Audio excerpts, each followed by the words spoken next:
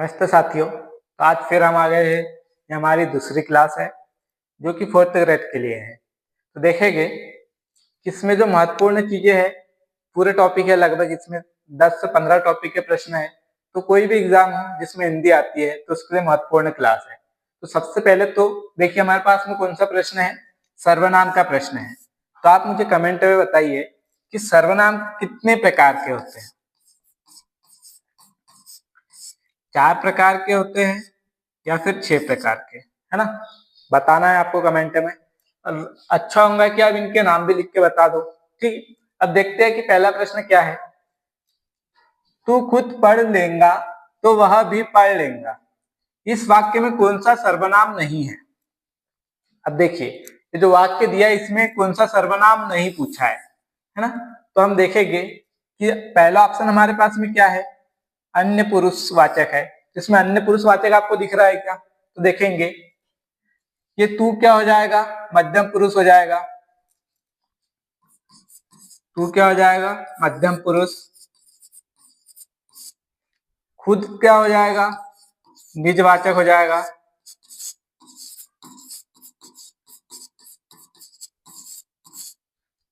पढ़ लेगा तो वह भी पढ़ लेगा, वह क्या हो जाएगा, यहाँ पे अन्य पुरुष हो जाएगा।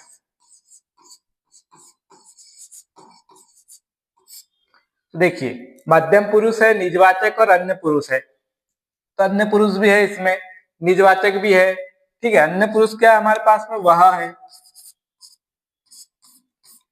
निजवाचक क्या है, खुद है।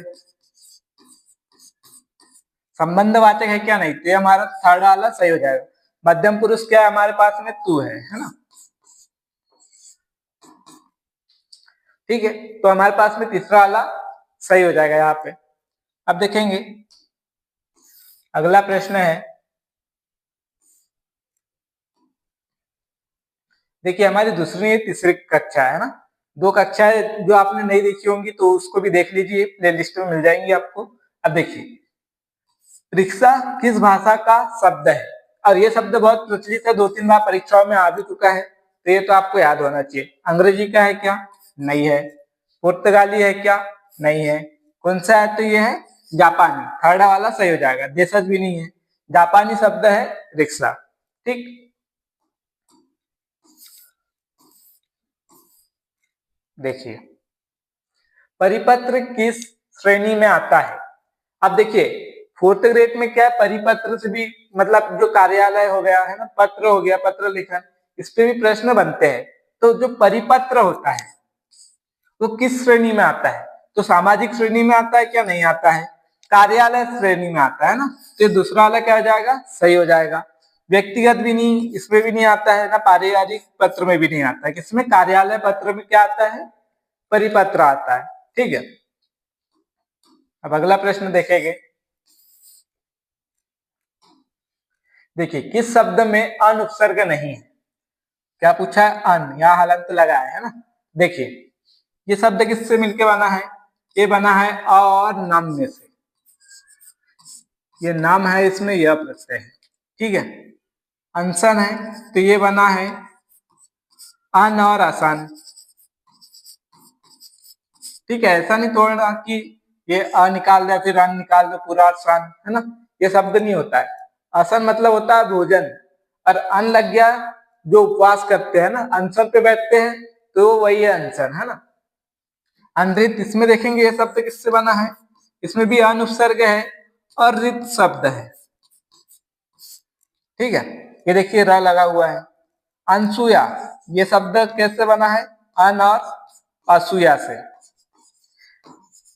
ये शब्द शुद्धि में भी पूछा जाता है ना। तो उसमें इस प्रकार से एक ऑप्शन दे देते हैं आपको, अनुसुया से अशुद्ध वर्तनी है। देखिए अनुपसर्ग है, ये आपको याद रखना है। और असूया हो जाएगा, मतलब ईर्षा होती है, ठीक है, जलन होती है। और अन लग गया, जिसको ईर्षा ना हो, किसी से जलन ना हो, उसको कहते हैं अनसुया।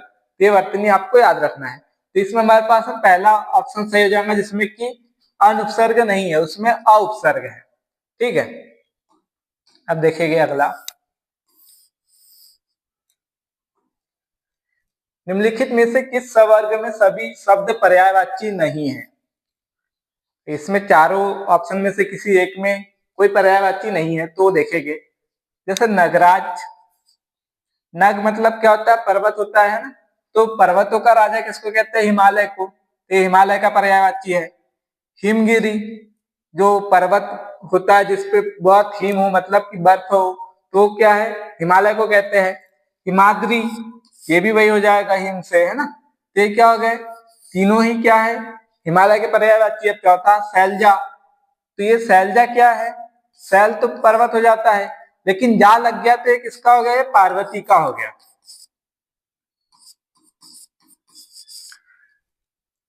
सैलजा किसका हो गया, पार्वती का, मतलब कि ये हमारे पास में पहला ऑप्शन सही हो जाएगा। इसमें तीन तो किसके, हिमालय के हैं, लेकिन एक जो है वो पार्वती का निकल गया। अब देखेंगे पानी किसका है, हाथ को कहते हैं, कर भी हाथ को कहते हैं, हस्त भी कहते हैं और बाहु भी कहते हैं। तो ये किसके हो गए, हाथ के हो गए। यहाँ ये तीनों किसके, हिमालय के हैं। देखिए एक ही प्रश्न में आपको कितने सारे पर्यायवाची पढ़ने को मिल रहे हैं, है ना। यहां देखेंगे यह है संस्कृति, सृष्टि, जगत और लोक, ठीक है। तो ये किसका है, संसार के हो गई ये।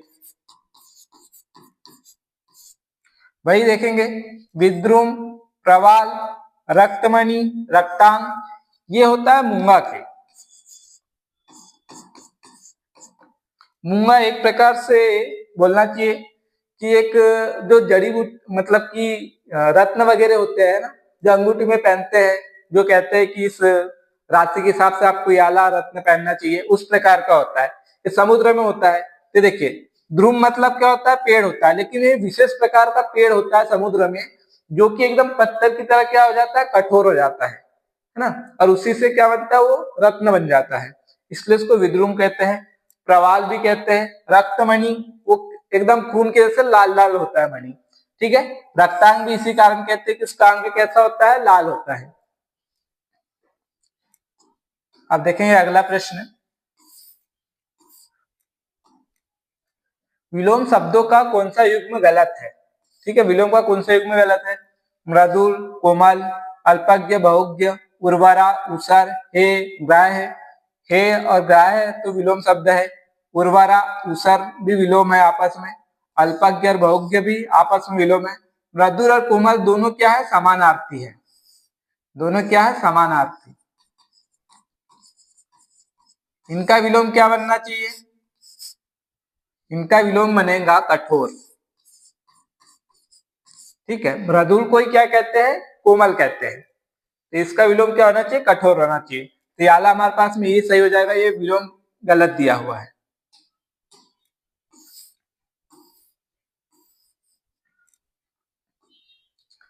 शुद्ध शब्द की पहचान कीजिए, इसमें से आपको शुद्ध शब्द बताना है। तो शब्द बना है पुनर और अवलोकन। तो र अ में मिल गया तो क्या हो गया, पूरा र हो गया। अरे पूरा जैसे का वैसा जुड़ गया,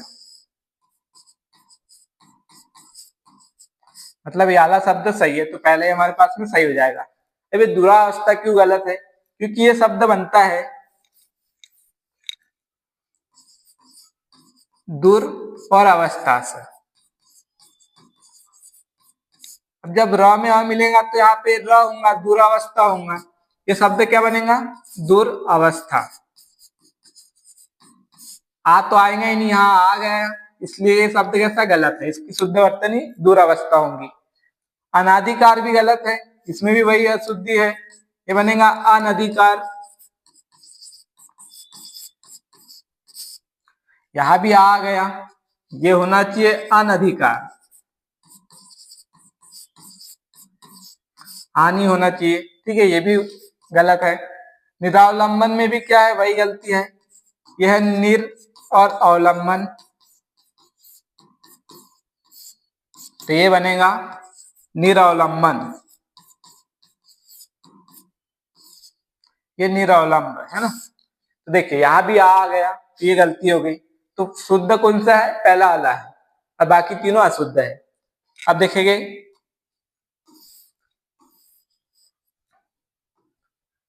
देखिए किस विकल्प में सभी संज्ञा शब्द क्रिया शब्दों से निर्मित है?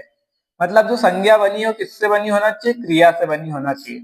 तो देखेंगे भूल और हंसी। भूल किससे बना है? भूलना क्रिया से, ये भी क्रिया है। और हंसी किससे बना है? हंसना क्रिया से। दोनों ही क्रिया से बनी संज्ञा है, तो ये पहला ही क्या हो जाएगा? सही हो जाएगा। शिक्षा बनी है क्या क्रिया से? नहीं है, शिक्षा क्रिया से नहीं बना है। अच्छा ही अच्छा है, विशेषण से बना है, तो ये वाला भी ऑप्शन नहीं होगा हमारे पास। मिठास, मिठास भी नहीं होगा, मीठा से बना है, विशेषण से। चुनाव ये है क्रिया से बना हुआ अकेला, है ना। चुनाव किससे बना है? चुनना से। तो ये अकेला ही है, लेकिन ये वाला ऑप्शन नहीं है, इसलिए गलत है। पूजा, पूजने से बना है ना, तो ये भी नहीं है। ये क्या है? जवानी, जवान से बना, विशेषण से बना है, तो ये भी नहीं हो। भूलना और हंसना से भूल और हंसी संज्ञा बनी है, इसलिए पहला ऑप्शन सही हो जाएगा।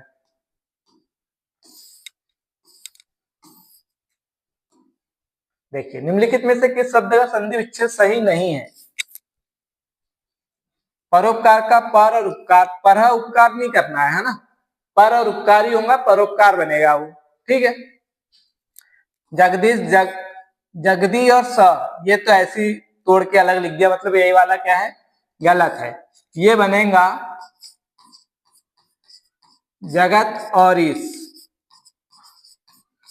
तब बनेगा जगदीश, ठीक है। तो ये बी वाला सही हो जाएगा।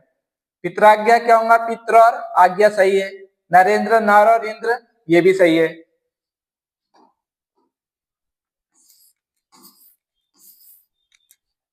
देखिए क्या प्रश्न है? निम्नलिखित में से किस शब्द का संधि विच्छेद सही नहीं है? ये भी संधि का ही प्रश्न है। अब देखें, गुरु उपदेश, गुरु और उपदेश सही है, दीर्घ स्वर संधि है इसमें। सप्त ऋषि, सप्त और ऋषि, ये भी सही है, गुण संधि है। अत्यावश्यक, अति और आवश्यक, देखिए कभी भी जो उपसर्ग होता है छोटी या फिर छोटा ऊ वाला होता है ना, तो अति होना चाहिए, तो यही वाला क्या हो जाएगा? गलत हो जाएगा, मतलब ये ऑप्शन सही हो जाएगा। सडानंद, सट और आनंद, ये भी सही है, ठीक है। तो इस प्रकार आपको याद रखना है कि जो उपसर्ग होते हैं वो हमेशा छोटी ई वाले होंगे या फिर छोटा ऊ वाले होंगे, बड़ा ऊ और बड़ी ई वाले उपसर्ग नहीं होते हैं। देखिए भावुक है, इसमें क्या पूछा है? निम्नलिखित में से गुणवाचक विशेषण नहीं है, इसमें से पूछा गुणवाचक विशेषण कौन सा नहीं? भावुक लड़का। देखिए विशेषण पहचानना है और भाववाचक संज्ञा पहचानना है, तो देखिए विशेषण के पीछे आप संज्ञा लगा दीजिए, अगर वो वाक्य सही बन रहा है तो मतलब कि वो विशेषण है, और वाक्य नहीं बनेगा तो स्वयं ही क्या है? संज्ञा है। तो देखिए भावुक के पीछे हमने लड़का लगाया, तो भावुक लड़का होता है, मतलब भावुक क्या है? विशेषण है। कमजोर लड़का, तो ये भी क्या है? विशेषण है। गुस्सैल लड़का होता है ना, गुस्सा लड़का नहीं होता है, अगर यहाँ पे गुस्सैल लड़का हो जाएगा, है ना, तो ये भी क्या विशेषण है। अगर गुस्सा लिखा रहता तो गुस्सा लड़का नहीं बनता है शब्द, तो ये क्या हो जाएगा? भाववाचक संज्ञा हो जाएगी। भाई नकल लड़का होता है क्या? नहीं होता, तो नकल क्या है? ये डी हमारे पास सही है, क्या है? भाववाचक संज्ञा।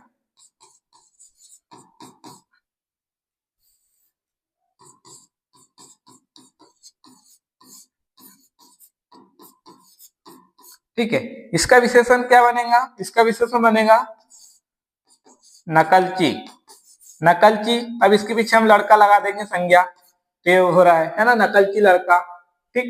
तो ये क्या है? भाववाचक संज्ञा, नकलची होता है गुणवाचक विशेषण।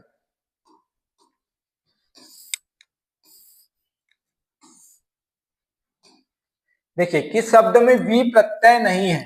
वी प्रत्यय किसमें नहीं है? तो ये शब्द किससे बना है? ये बना है ऊर्जस और वी प्रत्यय से, इसमें वी प्रत्यय है। ये शब्द बना है तेजस और वी प्रत्यय से, इसमें भी वी प्रत्यय है। ये है मानवी, ये बना है मानव और ई प्रत्यय से, क्योंकि अगर आप वी निकाल दोगे तो मान और वी होता है क्या? फिर अर्थ ही नहीं बैठेगा। मानवी मतलब मानव से संबंधित, तो ये क्या है? मानव, इसमें ई प्रत्यय लग गया, बड़ा बड़ी ई लगी है, तो ये हमारे पास में सी वाला कैसा हो जाएगा? सही हो जाएगा, क्योंकि इसमें वी प्रत्यय नहीं है, ई प्रत्यय है।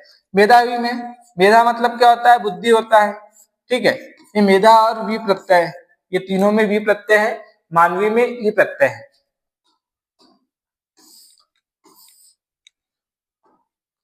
देखिए कौन सा शब्द व्यक्तिवाचक संज्ञा है, अब आपको बताना है कि व्यक्तिवाचक संज्ञा कौन सी है। पंडित क्या हो जाएगा, जातिवाचक। मुर्रा भैंस जातिवाचक। नागौरी बैल जातिवाचक। पंजाब क्या हो जाएगा, व्यक्तिवाचक, चौथा सही हो जाएगा। अब देखिए, अब हम भैंस तो जातिवाचक हमको पता होता है, लेकिन ये नाम लग गया मुर्रा तो हम सोचते हैं कि अब नाम आ गया तो ये व्यक्तिवाचक होना चाहिए, लेकिन मुर्रा भैंस एक ही होती है क्या, नहीं होती है, हजारों लाखों होती है ना। तो व्यक्तिवाचक की एक शर्त है कि वो दुनिया में केवल एक ही रहेंगे। जैसे पंजाब, पंजाब सिर्फ अकेला एक ही है, इसलिए वो क्या है, व्यक्तिवाचक संज्ञा है। और मुर्रा भैंस कितनी है, एक ही गांव में 10-15 मिल जाती है, एक शहर में बहुत सी मिल जाएगी। और देखिए मुर्रा भैंस हो गई, देसी भैंस हो गई, विदेशी भैंस हो गई, ऐसी बहुत सी नस्लें हैं इसकी। तो जो अलग अलग प्रकार की नस्लें, तो अलग अलग प्रकार की जाति है, तो ये क्या है, जातिवाचक में। वैसी बैल का है, नागौरी बैल हो, देसी बैल हो, है ना, खरगोशी बैल हो, तो ये भी क्या आ जाते हैं, जातिवाचक में। तो आपको ऐसा नहीं सोचना है कि अगर इसके आगे नाम दिख गया तो ये क्या हो जाएगा, व्यक्तिवाचक। जैसे ऊषा पंखा है, तो एक ही पंखा नहीं है, बहुत से पंखे हैं, तो भी जातिवाचक ही रहेगा। पंखा भी जातिवाचक है, तो ऊषा पंखा हो या फिर बजाज का पंखा हो, कोई भी हो, है ना, वो भी क्या हो जाएगा, जातिवाचक। आपको क्या याद रखना है, व्यक्तिवाचक और जातिवाचक। व्यक्तिवाचक दुनिया में केवल एक ही रहेगा और जातिवाचक अनेक। ठीक है, अगर पंजाब बोला तो एक ही है, सूर्य बोला तो एक ही है, लेकिन हमने बैल बोला तो बैल बहुत सारे हैं, नागौरी बैल बोला वो भी बहुत सारे हैं, ऊषा पंखा बोला तो पंखा भी बहुत सारे हैं, ऊषा पंखे भी बहुत है, मतलब वो जातिवाचक में हो जाएंगे। ठीक है,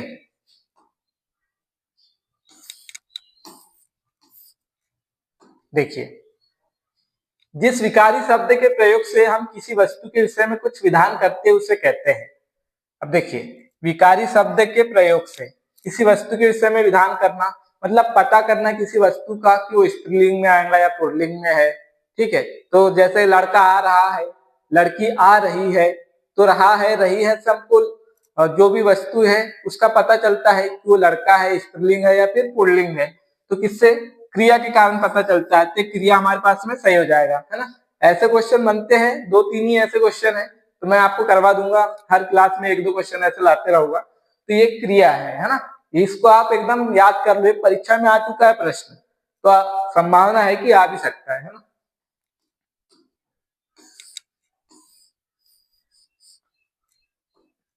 देखिए, झांसी की रानी लक्ष्मीबाई ने अपनी मातृभूमि की रक्षा के लिए युद्ध किया था, वाक्य में काल है। अब देखिए, जो भी महापुरुष है उन्होंने जो कार्य कर चुके थे, अगर वो वाक्य बन के आता है तो उसमें आपको कुछ नहीं सोचना, डायरेक्ट क्या करना, पूर्ण भूतकाल, है ना, वो कार्य हो चुका है तो वो क्या हो जाएगा, पूर्ण भूतकाल, सामान्य भूतकाल नहीं, पूर्ण भूतकाल। ठीक है, आसन्न भूतकाल भी नहीं होगा, पूर्ण भी नहीं होगा, ऐसे कार्य अगर आपको मिले तो हो चुका है ना। अगर हमने कहा कि महात्मा गांधी ने बहुत बड़ा योगदान दिया था, तो वो भी क्या हो जाएगा, पूर्ण भूतकाल हो जाएगा। ठीक है,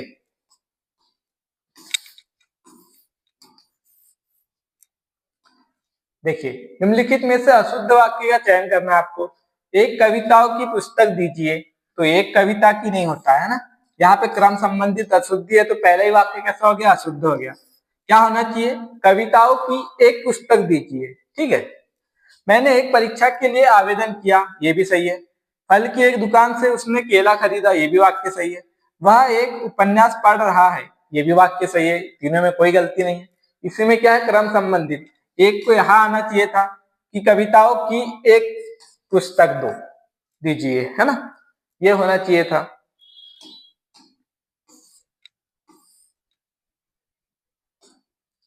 देखिए, सतु बांध के पीछे पड़ना, मुहावरे का उचित अर्थ है क्या है, बर्बाद करना, पूरी तरह पीछे पड़ना, घुन सवार होना, देखने को ना मिलना। तो सत्तू बांध के पीछे पड़ना मतलब पूरी तरह से उसके पीछे पड़ जाना, है ना, हाथ धोकर पीछे पड़ना, उसी प्रकार है। तो जाएगा बी वाला सही।